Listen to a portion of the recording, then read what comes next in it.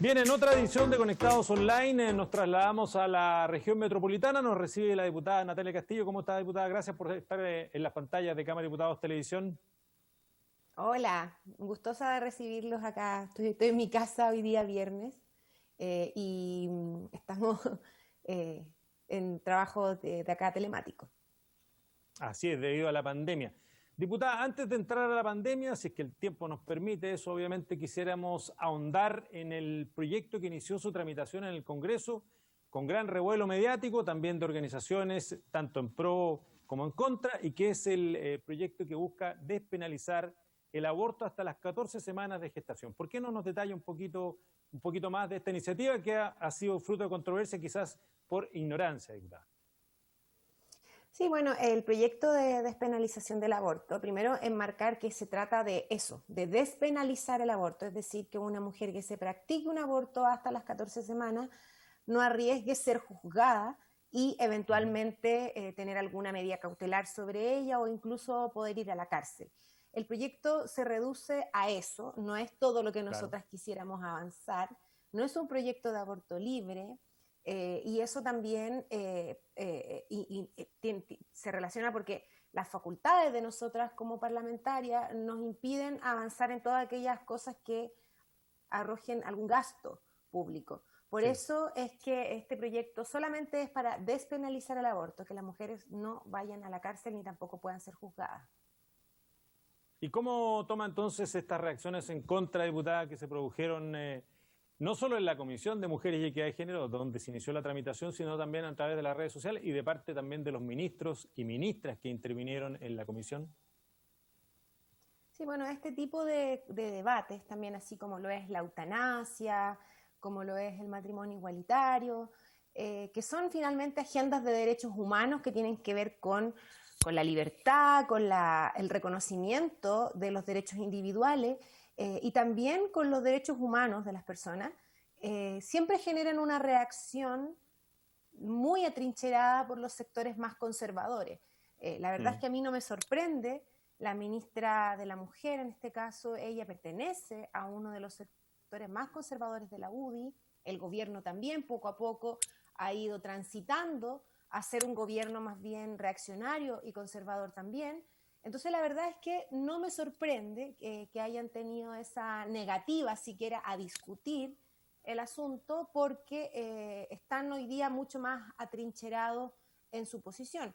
Ahora, a contrapelo, digamos, del gobierno, esto es una materia que ha ido avanzando en el mundo, que ha ido avanzando en América Latina y que a nosotras nos parecía que era el momento de comenzarlo a discutir también en Chile. Abrir esa discusión, dejar un poco las caricaturas de lado, entender todo lo que hay detrás de una mujer que se practica un aborto, en cómo avanzamos en el reconocimiento de los otros derechos sexuales y reproductivos también. Hace un tiempo atrás nosotros presentamos un proyecto de educación sexual integral y estos mismos sectores conservadores también bloquearon su avance. Lo rechazaron. Entonces claro, lo rechazaron y el proyecto se archivó.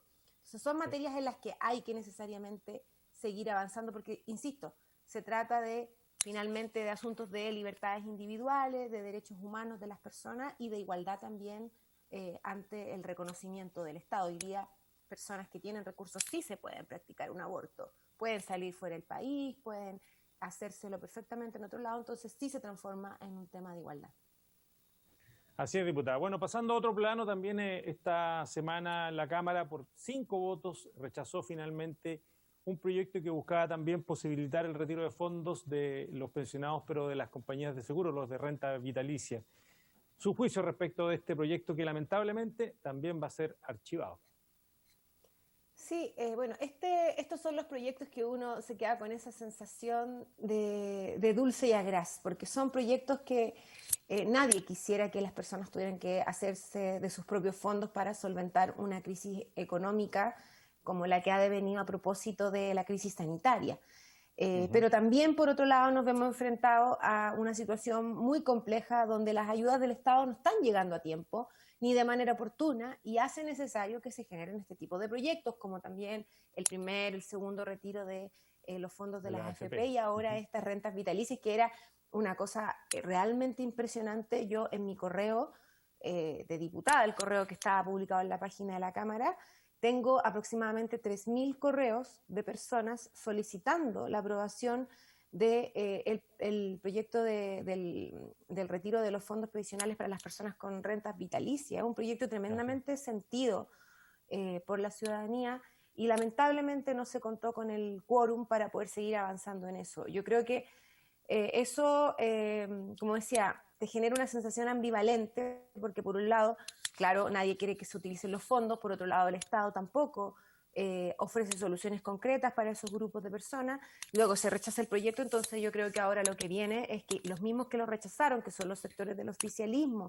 y el propio gobierno también, mediante sus ministros de SECPRES, que presenten alguna alternativa. Lo que no puede pasar es que las personas que están hoy día jubiladas mediante la modalidad de rentas vitalicias no tengan ninguna ayuda del Estado. Eso es lo que no puede seguir ocurriendo. Y yo espero, ya que el gobierno y el oficialismo rechazaron esta propuesta, bueno, que presenten alguna alternativa y den una solución para todas estas personas que hoy día están esperando por tener algo de recurso que les permita sobrellevar de mejor manera la crisis. Así es, diputada. Bueno, y todo esto se genera lamentablemente por la crisis sanitaria en la que estamos inmersos. ¿Cómo ve usted la actual situación del COVID-19? ¿La ve tan mala como fue lamentablemente el año 2020, particularmente en su distrito ahí en la región metropolitana? Mira, acá en el distrito 10, yo pertenezco a la zona metropolitana, a Santiago, Providencia, Macul, Ñuñoa, San Joaquín y La Granja. Ese es el distrito al que yo represento. Se vive una situación bastante dicotómica entre unos sectores y otros. Sectores como Ñuñoa, Providencia, donde se ha logrado mantener las cosas bajo control, pero también hay otros sectores más populares, como en La Granja y San Joaquín, donde la verdad es que esto se está desbordando nuevamente, y lo que nos parece muy preocupante, porque por un lado las medidas sanitarias, a lo menos acá en Santiago, y lo digo responsablemente, nunca fueron medidas realmente estrictas. Las cuarentenas nunca fueron cuarentenas.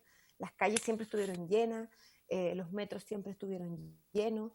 Nunca a mí me pasó que yo saliera a la calle, porque nosotros tenemos que movernos, Obviamente, sí. y nos tenemos que mover por nuestra función, y siempre habían tacos. O sea, es una cuestión que yo digo, ¿dónde están las cuarentenas?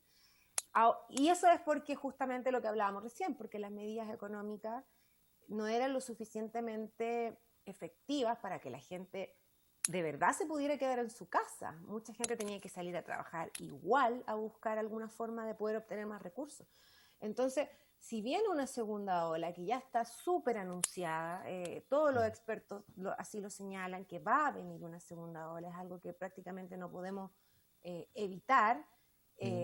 Hay que tener medidas tal vez más restrictivas desde lo sanitario, que es lo que ha dicho el Colegio Médico, con una intensidad de tiempo más corta, pero realmente efectiva. Y para eso es necesario que el gobierno ponga también a disposición medidas económicas que permitan que la gente se pueda quedar 15 días en su casa y que efectivamente no salga para nada.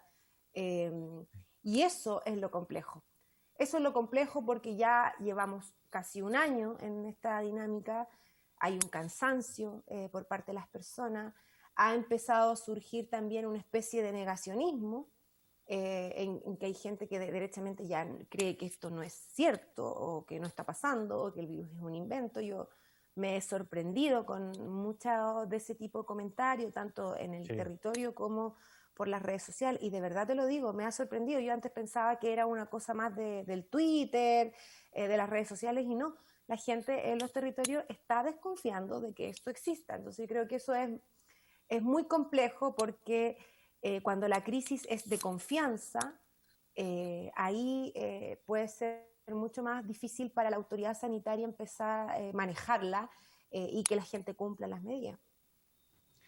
Sí, diputada, y además se suma que esta época es estival, que en general la gente la toma como descanso, y el descanso lo asocia a vacaciones, a viajar, pero por las restricciones sanitarias uno de repente está en una fase 2 y desea ir a una comuna que está en cuarentena, no puede ir, pero eso complica la situación porque, como usted lo señalaba ahí tangencialmente, la salud mental, el estrés de estar encerrado ya prácticamente un año, conspira contra esta cuarentena impuesta o que ahí esté a la mano, ¿no?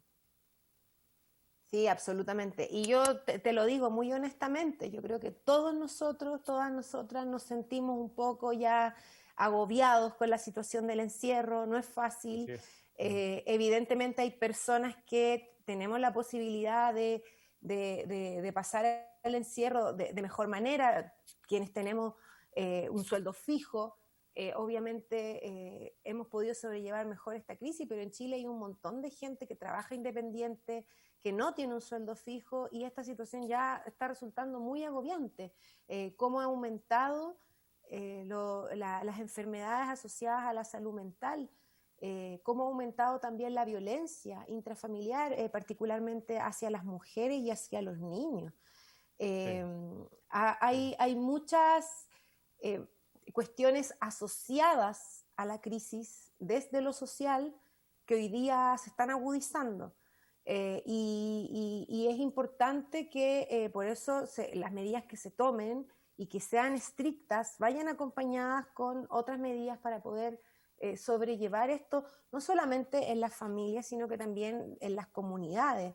Esto también ha tenido cosas buenas. Yo me he fijado, por ejemplo, que se han vuelto a organizar los barrios, primero a propósito de las ollas comunes, como una forma de subsistencia también, porque de verdad que un momento estuvo esto muy complejo, pero también han surgido redes de colaboración, los vecinos se están conociendo más, curiosamente, ahora que están encerrados, porque han tenido que colaborar más, han tenido que organizar para hacer las compras, etcétera, etcétera. Aquí mismo en mi barrio, por ejemplo, hay una persona que viene tal día a vender los huevos, otras que vienen tal día con las verduras, y ya hay una cierta dinámica barrial que se está replicando en otros lugares también, y eso ha sido como la parte más épica de esta situación que ha sido dolorosa, ha sido crítica, pero que también ha hecho que las personas vuelvan a confiar en el vecino, a poder establecer redes de colaboraciones comunitarias. Yo creo que sí, hay algo bueno que se podría rescatar de toda esta situación que ha sido compleja y difícil, es justamente eso.